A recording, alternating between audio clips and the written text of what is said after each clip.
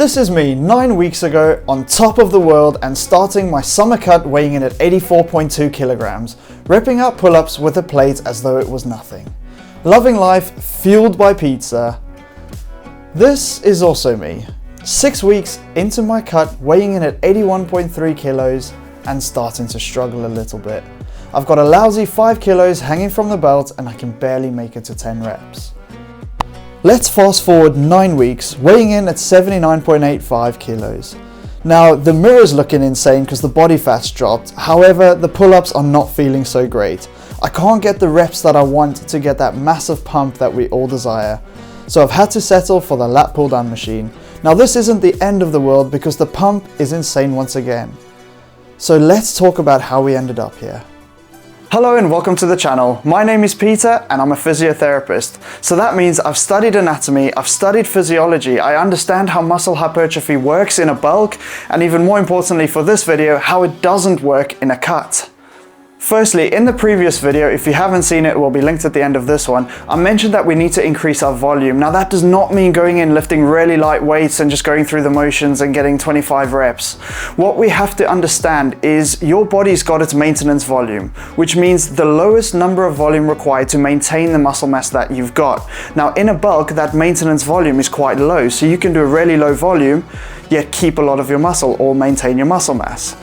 In a cut, what happens is that maintenance volume requirement increases. Therefore, in order to keep your muscle as you're in a calorie deficit, especially for a prolonged period of time, you need to increase the volume to match that. Otherwise, you will lose muscle mass. It's that simple. What I found is that after 8 weeks of cutting, you notice it because you lose strength in the gym. It's what it is, it's how we work, and in a cut, that's what happens. So what I've done is I've created this series to show you guys when you hit that point in your cut. Now, it's not going to happen if you cut for 4 weeks, but when you hit that point, this is how you can adjust your training to maximize and maintain as much muscle as possible. I'm currently doing a push-pull leg split, and in today's video we're going to be diving in to pull day 1 and pull day 2. Let's get straight into it. Starting off on the lat pull down with really wide grip, going with extremely slow eccentric control. I don't want anything slower than 3 seconds. Now the difference between 3 seconds and 9 seconds isn't too significant, so we go on the low end and we go for the 3 seconds. Muscles grow on the eccentric phase, so this is a brilliant technique to use. And we'll be doing 3 sets of 10 to 12, and on the last set, we'll be doing 3 stretch partials to really finish it off. Next up, we're going into the horizontal pull. So I love a chest supported row, and this gym's got the most insane plate loaded machine. So if you don't have this, any chest supported row will do. And I'm doing again 3 sets of 10 to 12, really slow controlled eccentrics. From there, we're going to utilize some straight arm scapular strength. So hop onto the cables, grab a rope and do some straight arm scapular pull downs. Again, 3 sets of 10 to 12. And on the last set, add in 3 stretch partials to really work in that stretch position of the lats. From there, we're going to go into the Physio favorite, the face pull with external rotation. Here we're going to use a technique known as myo matching. I've mentioned this in the previous video. I've learned it from Dr. Mike Israel and it is insane. I'm doing 3 sets of 10 to 20 myo match sets. From there, we're going to go into a T-bar or bent over row. I like the T-bar and I'm doing a chest supported. If your gym has the machine, go for it. If not, just use the landmine or just do a bent over row. And we're going 3 sets of, you guessed it, 10 to 20 myo match reps.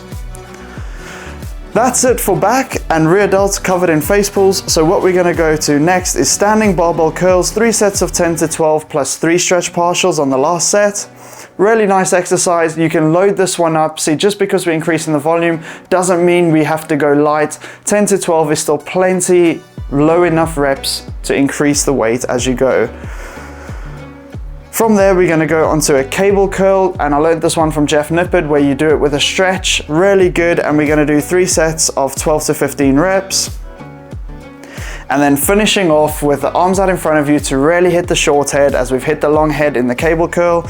We're going to finish off with spider curls, myo match, 3 times 10 to 20 reps. So before we move on to day 2, let's look at a couple of ways that you can increase your overall volume.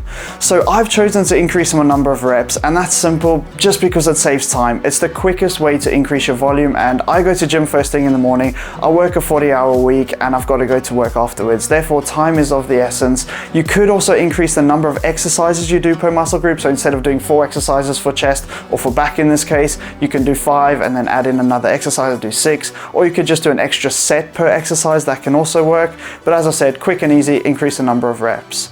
Now, if we look at the overall volume, you've got your maintenance volume and then you've got your recoverable volume. In a cut, your max recoverable volume will go below your maintenance volume at one point, and that is when muscle is guaranteed to lose. Now that is how physiology works for us natural lifters. For those of you that have taken the unnatural substances, for want of a better word, that is not going to apply. You won't need to do this, but if you are natural like myself, these are the sorts of things that you will need to do in order to maintain as much muscle as possible. But do understand, you're going to reach that point where your maintenance volume for your muscle is above your maximum recoverable volume, so that's as far as you can push. This is where your maintenance is, therefore you lose muscle. Keeping all that in mind, let's jump straight into day 2 where we're onto a seated cable row. Now I've opted for the extra stretch position just because there are a couple of studies, there are 5 in total, that show that the stretch range of movement has slightly increased hypertrophy when compared to full range or even partial in the shortened position. However, these studies have massive holes in them and we can't rely on them, which is why I'm using it as a technique and not a full exercise. Sets and reps for the cable rows, we're going 3 sets of 10 to 12 with 3 stretch partials. From there, we're going to go onto the neutral grip lat pull down, where we're going to do 3 sets of 12 to 15 reps. Again, increasing that rep rate slightly. Slow controlled eccentrics on everything. I can't emphasize that enough. And again, we're going to add in 3 stretch partials. So from there, similar to the first day, we're going to go into our straight arm scapular strength. So if you see, we're doing horizontal pull, neutral pull, straight arm scapular strength, and then some rear delt face pulls. So from there, we're going to go into 3 sets of 3 sets of 10 to 20 myo match sets. Then we're onto face pulls with external rotation, and we're going to do 3 sets of 12 to 15. Again, that higher rep range as we start fatiguing throughout the workout. From there, we're going to go onto a chest supported row. You can pick any one of your choice, and we're going to do 3 sets of 10 to 20 myo match.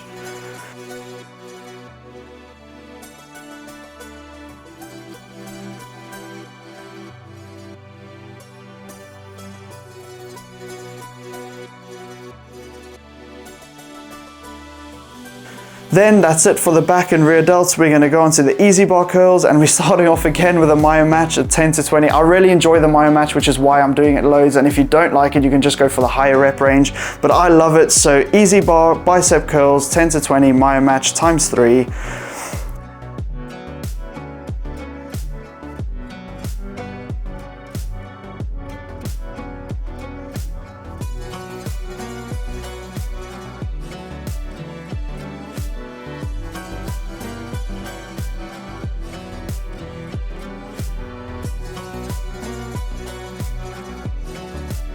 From there, we're going to go into the incline hammer curl, so that's going to introduce brachialis a little bit, and it's going to work into that supination to get another function of the bicep, and we're going to go 3 sets of 12 to 15 reps, plus 3 stretch partials on the last set.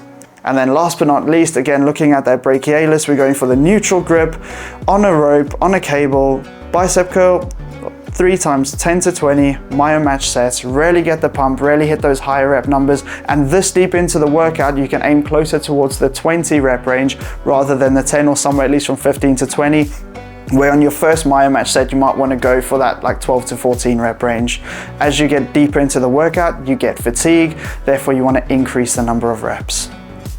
So you survived number 1, the push series, and now you've survived number 2, the pull series. Stay tuned for the leg series. If you've given these workouts a try, let me know down in the comment section on how you felt them. And if you liked the video, please smash that thumbs up button down below.